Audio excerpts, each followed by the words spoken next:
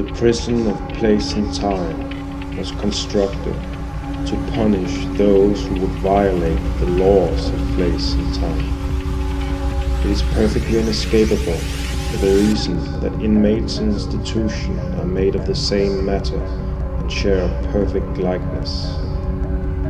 This unique arrangement was developed long before the existence of the first lawbreaker who would require housing, so that this remarkable structure may be seen as having created from its own substance the population of future criminals that it would one day contain. The mystery still remains, hidden and untold, as to why legal authorities would institute these laws of place and time, which by their very nature can never be broken, since they are identical with their would-be violators, who in any case are lifelong residents of the prison, condemned before birth to await that day when their sentence will be executed, that unknown day when they finally awaken to their prison surroundings and the event that is about to take place. When given the chance to make a statement, their last words are always the same. Any place but here, any time but now.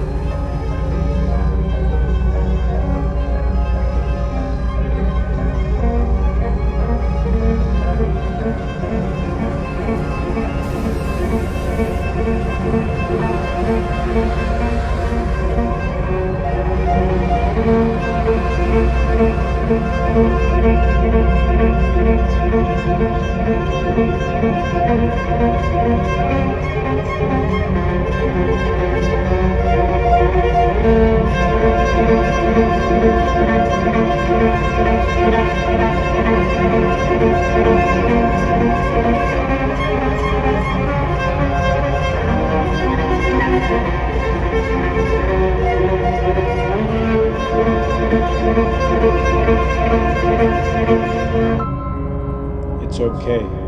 It's alright. They'll always say to you that it's okay. They'll always say to you that it's alright. It's okay. It's alright. Under no circumstances will they say to you that it's not okay. Under no conditions will they say to you that it's not alright. It's okay. It's alright. If only once in the course of all time, if only once in the course of your life, they would say to you that it's not okay, that it's not alright. If only once they would give you the satisfaction of hearing it spoken, only once allow you to ride on those wonderful words and soar upon the spit and the snare, and the astronomical relief of hearing it said, only once. But they will never say it's not okay. They'll never say that it has never been, nor will it ever be the least bit right, in the least degree. It's okay. It's alright. There's nothing to do.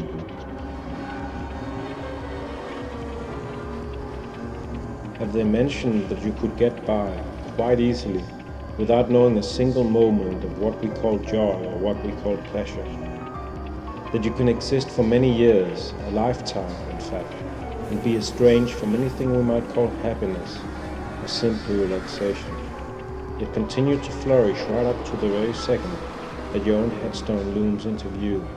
You know that it's true, but have they ever mentioned this to you? Have they ever mentioned that no one could get by, that nothing alive could remain so for long without the fear of hurt and dread of harm, without feeling the frustration or the anguish, or the full hell of unmitigated torment that is woven into everything that lives and comprises the very threads holding it all together and true? Have they ever mentioned this to you? Pain is essential. There's nothing else to do. no other way to be. We can call it what we like, say that pain is something else, or part of something else. Never fret about finding it to be otherwise, finding it untrue. Because pain is essential, it is all there is. So why would they ever mention this to you?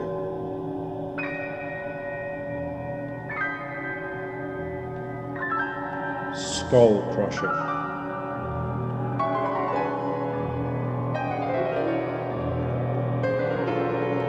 Due to the nature of physical existence, they cannot avoid imparting to select persons what it means to have one's skull crushed, either slowly or quickly, completely or partially, whether one is deliberately attacked by some skull crusher or simply the victim of some skull crushing accident.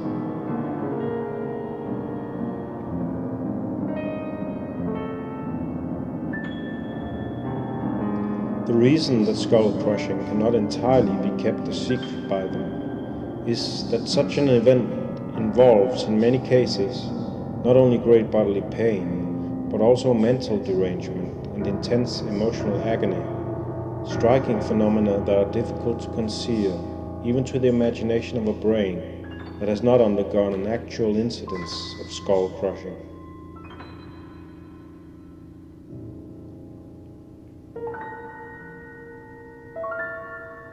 Nevertheless, they have succeeded in restricting the knowledge of what it means to have one's skull crushed, to the extent that it is not a vital factor in forming the way the population in general thinks about what it means to sustain lasting and excruciating damage to any part of the human body, whether this part is a skull or the brain inside that skull, not to mention the spine and the similar developments that may ensue from spinal crushing, or even the effects of a pernicious disease affecting some other part of the anatomy that may be crushed from the inside, one cell at a time.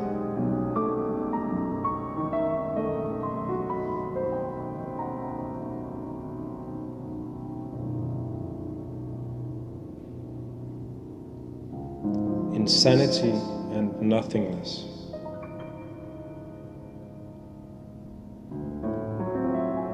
Stuff and nonsense, insanity, derangement, whatever name you want to use, we can't get enough of it.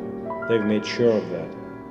Offer us nothingness and we will pass it by without a glance, given its invisibility to our sight. They've made sure of that too.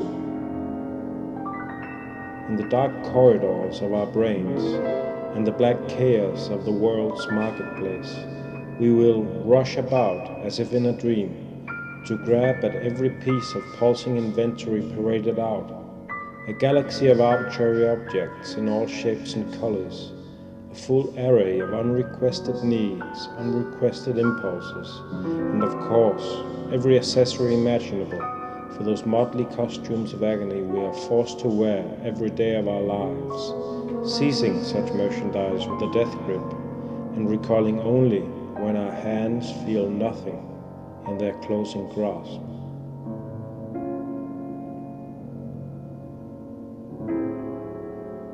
Between insanity and nothingness, the choice was determined from the outset.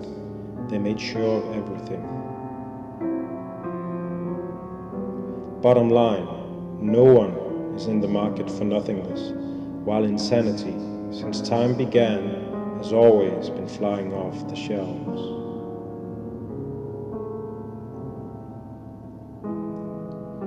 The sellers. Which of them would ever say that all they have to sell is a piece of fruit gone rotten? Shriveled and yet still pale green, with a dying life made of mold. They would never tell you that what they are selling is something spoiled. A piece of fruit left forgotten, unfit to be sold, and ripe with pain.